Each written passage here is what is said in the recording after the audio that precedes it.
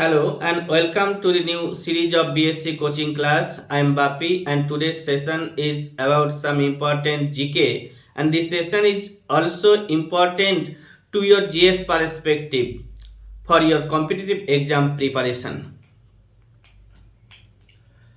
দেখতে পাচ্ছ যে এই বোর্ডের মধ্যে তোমরা দেখতে পাবে না, কিন্তু এখানে অনেকগুলো তথ্য একসাথে গুচ্ছিত আকারে রাখা হয়েছে। শুধুমাত্র ক্লাসে আমার কথাগুলো শুনলেই তোমাদের প্রিপারেশনটা অনেকটা কমপ্লিট হবে।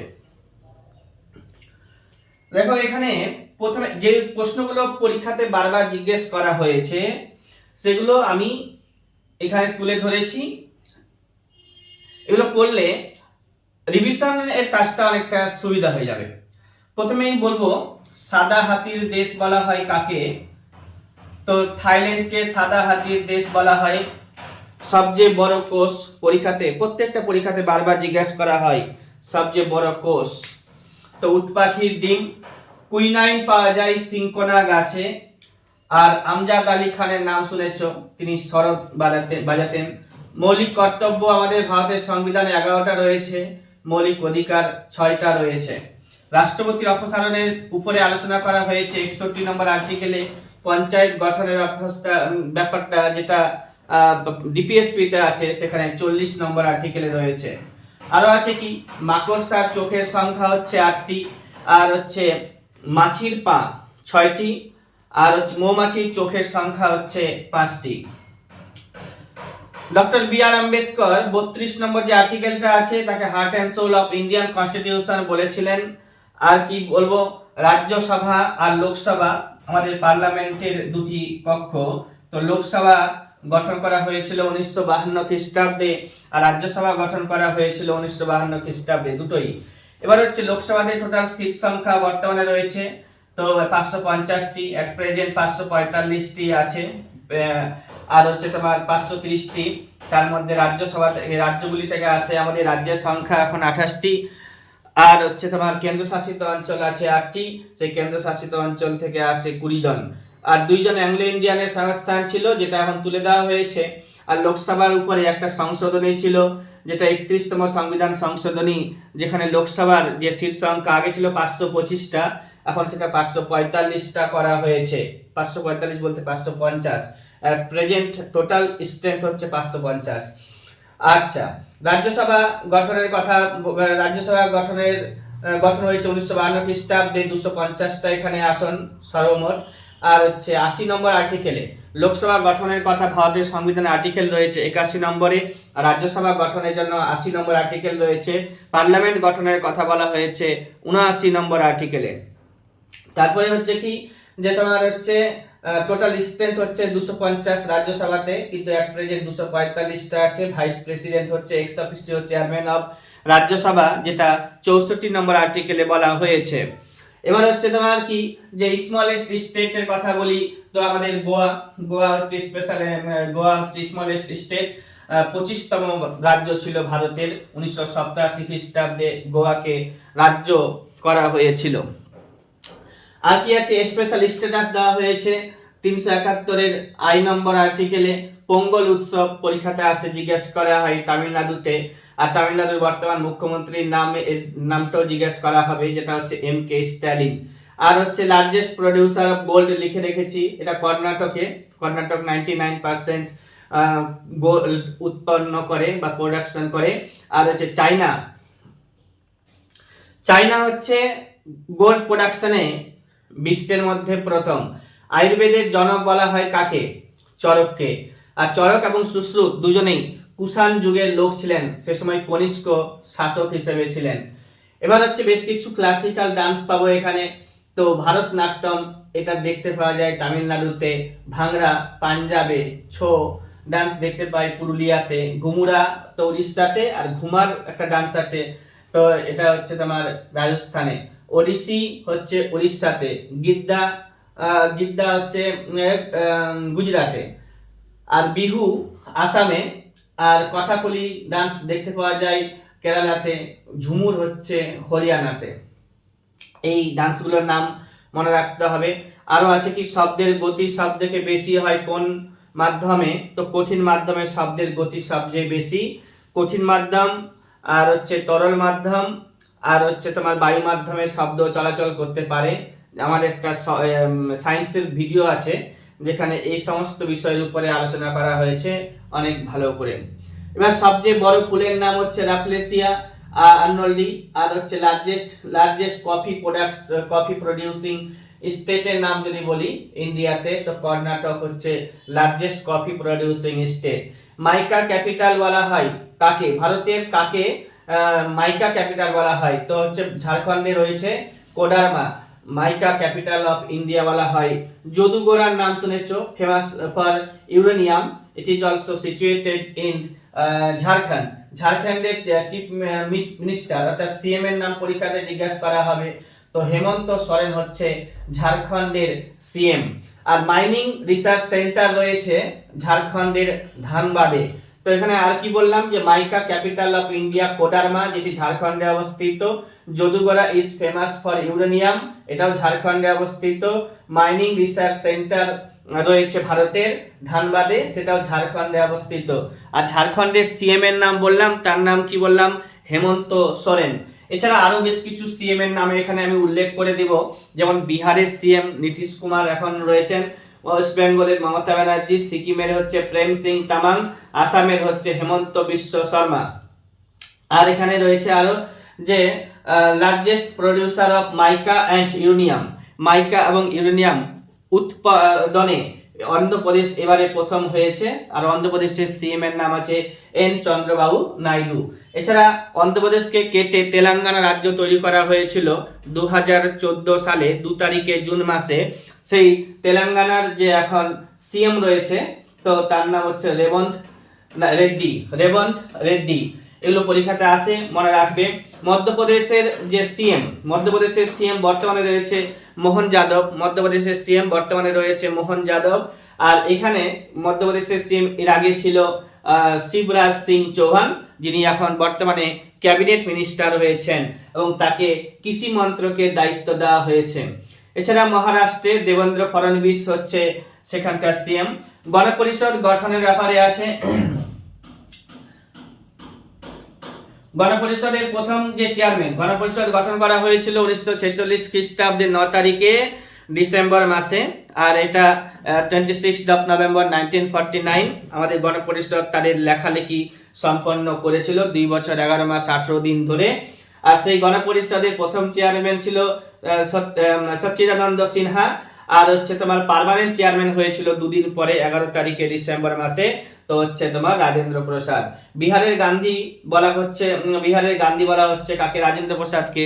এই রাজেন্দ্র প্রসাদ ভারতের প্রথম রাষ্ট্রপতি হয়েছিলেন। 2টো টার্ম তিনি উপভোগ করেছিলেন 1952 থেকে 1962 সাল পর্যন্ত। যদিও তিনি 1950 খ্রিস্টাব্দে 26শে জানুয়ারি থেকে রাষ্ট্রপতি হয়েছিলেন, তারপরে ইলেকশনের পরে তিনি আবার রাষ্ট্রপতি হলেন এবং 2টো টার্ম ভোগ করেছিলেন। প্রথম উপরাষ্ট্রপতির নাম পরীক্ষাতে জিজ্ঞাসা করা হয় ডক্টর সর্বপল্লী রাধাকৃষ্ণন, তিনি আবার দ্বিতীয় রাষ্ট্রপতি হয়েছিলেন। বিহারের গান্ধী বলা হচ্ছে কাকে? রাজেন্দ্র প্রসাদ। এই রাজেন্দ্র প্রসাদ আবার গান্ধীজির সাথে বিহারের চম্পারণ সত্যাগ্রহ করেছিলেন 1917 খ্রিস্টাব্দে। গান্ধীজি 1915 খ্রিস্টাব্দে ভারতে এসেছিলেন এবং 17 খ্রিস্টাব্দে চম্পারণ সত্যাগ্রহ করেছিল, 18 খ্রিস্টাব্দে খেদা সত্যাগ্রহ করেছিল, 20 খ্রিস্টাব্দে তোমার হচ্ছে অসহযোগ আন্দোলন করেছিল, রাওলাট সত্যাগ্রহ করেছিল 1919 খ্রিস্টাব্দে। তারপরে হচ্ছে রাওলাট আইনের বিরোধিতা করেছিল, জেল খেটেছে। তারপরে আবার হচ্ছে তোমার কি প্রথম অস্ত্রবিহীন আন্দোলনের নাম পরীক্ষাতে জিজ্ঞাসা করে, তো নন কোঅপারেশন মুভমেন্ট, যেটা 1920 খ্রিস্টাব্দে 1 আগস্ট চালু হয়েছিল।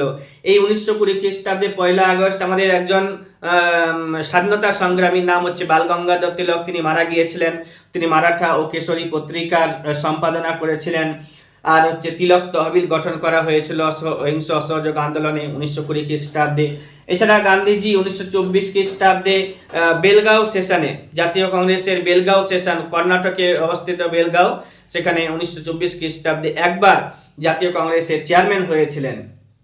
আর জাতীয় কংগ্রেসে চেয়ারম্যান কে কতবার হয়েছে সেটাও পরীক্ষাতে আসে। তো বিশেষ করে দাদাভাই নওরোজির কথা বলবো। তো দাদাভাই নওরোজি জাতীয় কংগ্রেসের চেয়ারম্যান হয়েছিলেন 3বার, সেটা পরীক্ষাতে আসে।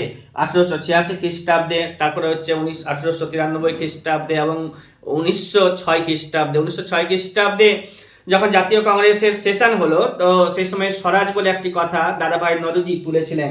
এই দাদাভাই নওরোজিকে grand old man of India, আর ওল্ড ম্যান অফ ইন্ডিয়া তার মানে ভারতের সর্বাধিক বৃদ্ধ মানুষও বলা হয় তাকে। আর he is also non unofficial ambassador from India to England. আর হচ্ছে তিনি ইংল্যান্ডে ইস্ট ইন্ডিয়া অ্যাসোসিয়েশন তৈরি করেছিলেন 1866 খ্রিস্টাব্দে। আর হচ্ছে ইংল্যান্ডে করেছিলেন ইস্ট ইন্ডিয়া অ্যাসোসিয়েশন। আর হচ্ছে প্রথম ভারতীয় যিনি নাকি লন্ডন ইউনিভার্সিটি যে রয়েছে সেখানে অধ্যাপনা করেছিলেন। আর তিনি লিখেছেন poverty and An British rule in India, তারপরে হচ্ছে তোমার কি ড্রেন অফ ওয়েলথ, এই জিনিসগুলো লিখেছেন। এছাড়া আরো আছে জওহরলাল নেহরুর নাম পাবে, যিনি 1929 খ্রিস্টাব্দে জওহরলাল নেহরু পূর্ণ স্বরাজের ডাক দিয়েছিলেন। আচ্ছা, এবার হচ্ছে তোমার কি আরো বলবো এখানে ধীরে ধীরে। নাগানন্দ রত্নাবলী এবং প্রিয়দর্শিকা, খুব সুন্দর ক্লাস, হ্যাঁ মনে রাখবে আর পড়তে থাকবে, অনেক ভালো ক্লাসটি হবে। এবার নাগানন্দ রত্নাবলী এবং প্রিয়দর্শিকা, যেটা হর্ষবর্ধন লিখেছিলেন, 3টি বই। খালসা প্রথা চালু করেছিল গুরু গোবিন্দ সিং। আফগান শাসক জামান শাহকে ভারত আক্রমণে আমন্ত্রণ জানিয়েছিলেন। আফগান শাসক জামান শাহকে ভারত আক্রমণে আমন্ত্রণ জানিয়েছিলেন যিনি, তার নাম হচ্ছে টিপু সুলতান। এই টিপু সুলতান হচ্ছে মহীশূরের শাসক, যিনি চতুর্থ ইঙ্গ মহীশূর যুদ্ধে ইংরেজদের নিকট পরাজিত হয়েছিলেন আর হচ্ছে মারা গিয়েছিলেন 1799 খ্রিস্টাব্দে। এই টিপু সুলতান আরবি, ফার্সি, উর্দু এবং কানাড়ি এই 4টি ভাষাতে পণ্ডিত ছিলেন। আবার এই টিপু সুলতান যে হায়দার আলীর সন্তান ছিলেন। এই টিপু সুলতান এবং মহীশূর সম্পর্কে আমার একটা আলাদা ক্লাস থাকবে, ভিডিও সার্চ করে পড়তে হবে। আমার চ্যানেলকেও সাবস্ক্রাইব করে রাখতে পারো, ভালো ভালো ভিডিও আসবে, ক্লাস আসবে। এবার আলেকজান্ডার ভারত আক্রমণ করেছিলেন 326 বিসিতে। এবার হচ্ছে আমি বেশ কিছু নদীর নাম বলবো, যে দক্ষিণ ভারতে যে সমস্ত নদীগুলো রয়েছে, তার মধ্যে আরব সাগরে যে সমস্ত নদীগুলো পড়েছে সেগুলো পরীক্ষাতে আসে। আর আরব সাগরে যে সমস্ত নদীগুলো পড়েছে সেগুলো যদি তুমি জানতে পারো, মনে রাখতে পারো, তাহলে বঙ্গোপসাগরে যেগুলো পড়েছে সেগুলো সম্পর্কে আর তোমার কোনো অসুবিধা হবে না। এবার হচ্ছে কি, যে আরব সাগরে যে সমস্ত নদীগুলো, বঙ্গোপসাগরে যেহেতু অনেক নদী পড়েছে, আরব সাগরে একটু পরিমাণটা কম, যার কারণে আমি একটা ছোট্ট একটা লাইন ট্রিক্স তৈরি করেছি, যেটা দিয়ে তোমার সমস্ত নদীগুলোর নাম মনে থাকবে। যেমন হচ্ছে, এটা আমি আলাদাভাবে আবার শুধুমাত্র এই লাইনটাই আমি আলাদা একটা ছোট্ট ভিডিওর মধ্যে তোমাদেরকে তুলে দিব। আজকে শুধুমাত্র বলে দিচ্ছি কি, যে সবকা সাথ, এই লাইনটা সবাই হয়তো জানো, सबका साथ प्यार करने वालों हम तुमको मार डालेंगे, सबका साथ प्यार करने वालों हम तुमको मार डालेंगे, লাইনটা মুখস্থ রাখবে। এখানেই সমস্ত নদীগুলোর নাম তুলে দেওয়া হয়েছে যেগুলো আরব সাগরে পড়েছে। এবার হচ্ছে সাব দিয়ে আমি লিখেছি সাবরমতী নদী, কা দিয়ে রয়েছে কালী নদী, সাথ সবকা সাথ, সাব দিয়ে হচ্ছে সাবরমতী নদী, কা দিয়ে হচ্ছে কালী নদী, সাথ দিয়ে হচ্ছে সারাবতী নদী, যেটা কর্ণাটকে রয়েছে। এখানে যোগ জলপ্রপাত রয়েছে, কর্ণাটকে 3টি জলপ্রপাত রয়েছে, যোগ জলপ্রপাত, তারপরে হচ্ছে তোমার কুঞ্চিকল জলপ্রপাত, তারপরে হচ্ছে তোমার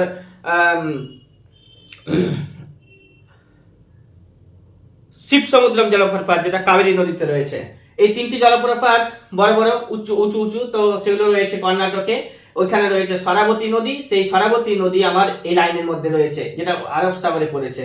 এছাড়া প্যার কারনে ভালো, তো প্যার দিয়ে হচ্ছে 2টো নদীর নাম লিখেছি। একটা পূর্ণা নদী, যেটা গোদাবরী নদীর উপনদী। গোদাবরী নদী হচ্ছে দক্ষিণ ভারতের লম্বাই নদী, 1465 কিলোমিটার তার বিস্তার রয়েছে। গোদাবরী নদী আমার জিওগ্রাফির ক্লাসে আলাদাভাবে থাকবে নদ নদীতে।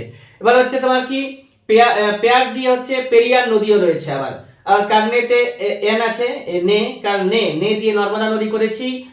সবকা সাথ প্যার কারনে বালোটাকে আমি লিখেছি BHALO স্পেলিং, তো BHA দিয়ে আমি লিখেছি ভারত পূজা নদী, আর লো দিয়ে হচ্ছে লুনি নদী আমাদের। এবার হচ্ছে হাম দিয়ে হচ্ছে তোমার হামে ম আছে, সেখান দিয়ে মান্ডবী নদী, যেটা গোয়া মান্ডবী নদীর তীরে অবস্থিত। গোয়ার রাজধানী যে পানাজি রয়েছে, যেটা আমাদের 25তম রাজ্য, স্মলেস্ট স্টেট অফ ইন্ডিয়া। আর হচ্ছে তোমাকে তুম দিয়ে হচ্ছে তাপ্তি নদী, আর হচ্ছে মার দিয়ে হচ্ছে মাহি নদী। আর এই মাহি নদী দুইবার কর্কট ক্রান্তি রেখাকে অতিক্রম করেছিল।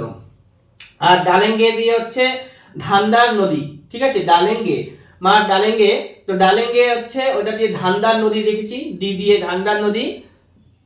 আরো একটা রয়েছে ডালেঙ্গে, গে দিয়ে হচ্ছে গ, এখানে হচ্ছে রাজস্থানে আরেকটা নদী পাবো ঘাগ্গার নদী, রাজস্থানে একটা নদী পাবো আরো ঘাগ্গার নদী, যেটা আরব সাগরে পড়েনি, ছুঁয়ে মানে তীর পর্যন্ত এসে থেমে গেছে। তো ঘাগ্গার নদীটাও আরব সাগরে পড়তো, যদি এসে যেত তাহলে হচ্ছে এই সমস্ত নদীগুলো রয়েছে দক্ষিণ ভারতে, যেগুলো আরব সাগরে পড়েছে।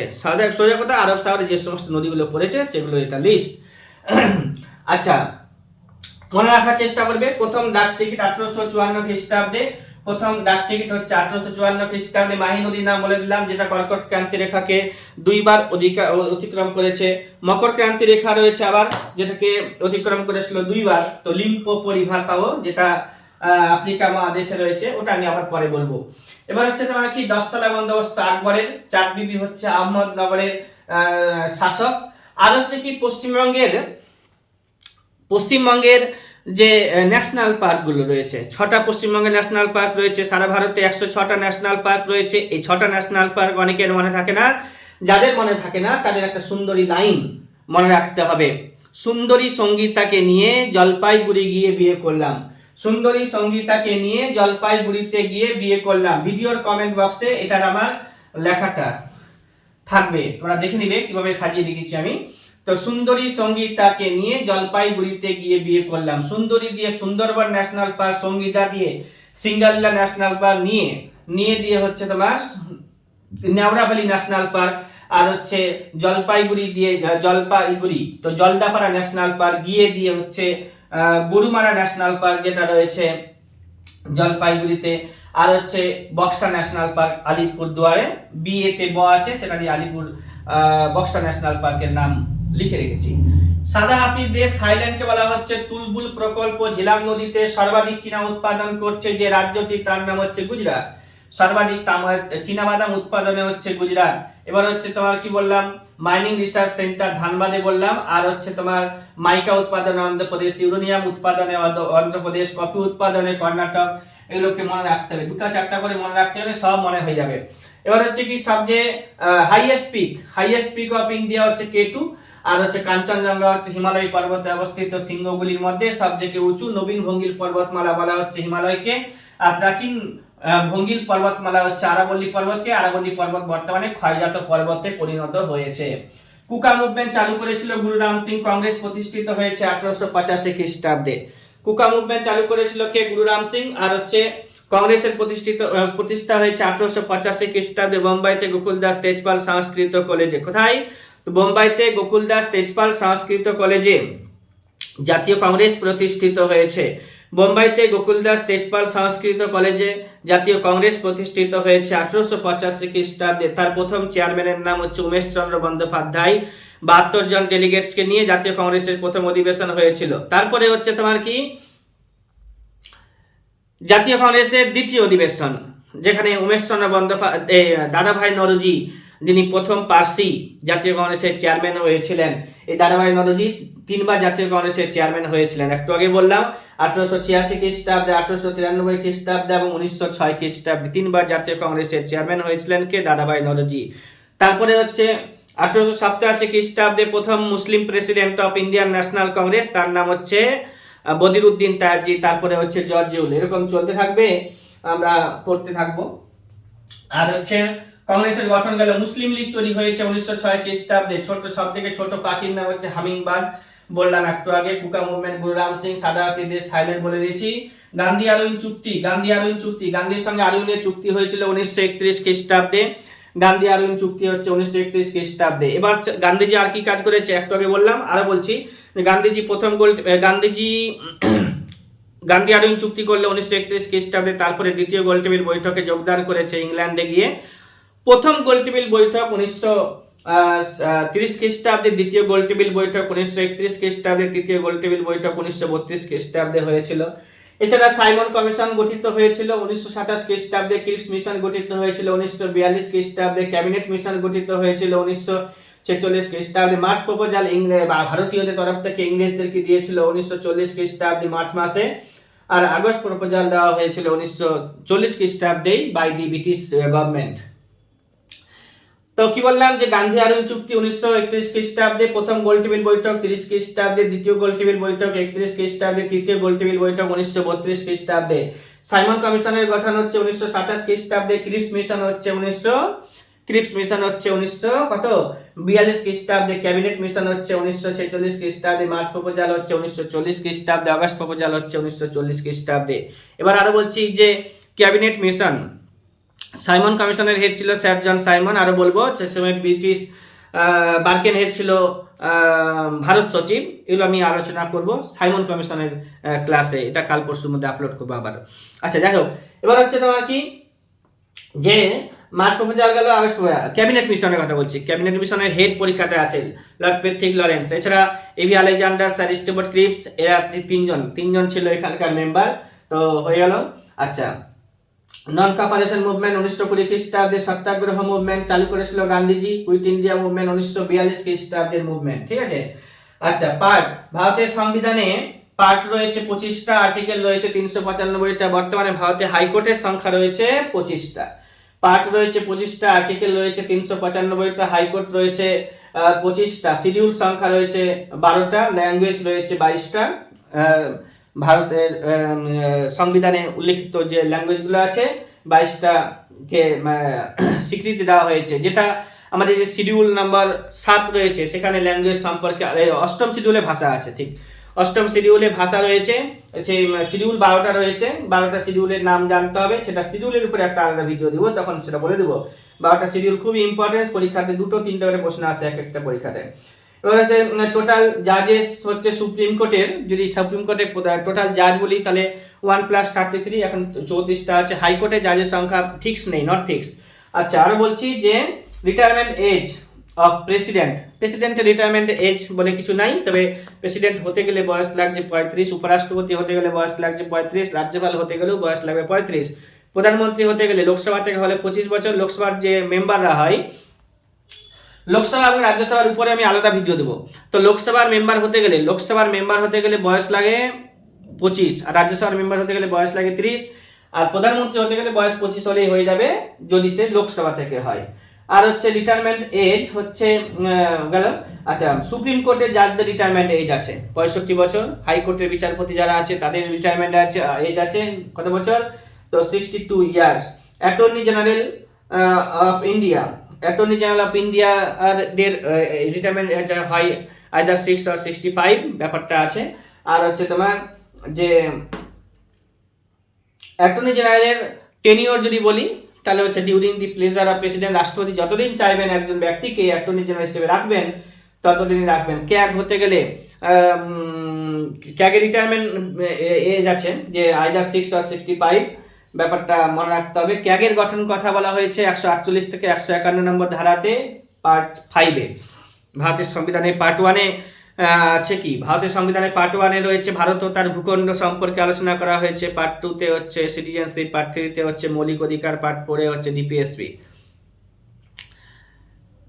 একটু আরো স্লোলি বলি। এবার হচ্ছে চম্পারণ সত্যাগ্রহ বলেছি, এগুলো সব বলে দিলাম। আচ্ছা, এমপি দের কার্যকালের মেয়াদ হচ্ছে 5 বছর, আর হচ্ছে তোমার যদি লোকসভার এমপি হয় তাহলে 5 বছর, রাজ্যসভার এমপি হতে গেলে 6 বছর কার্যকালের মেয়াদ।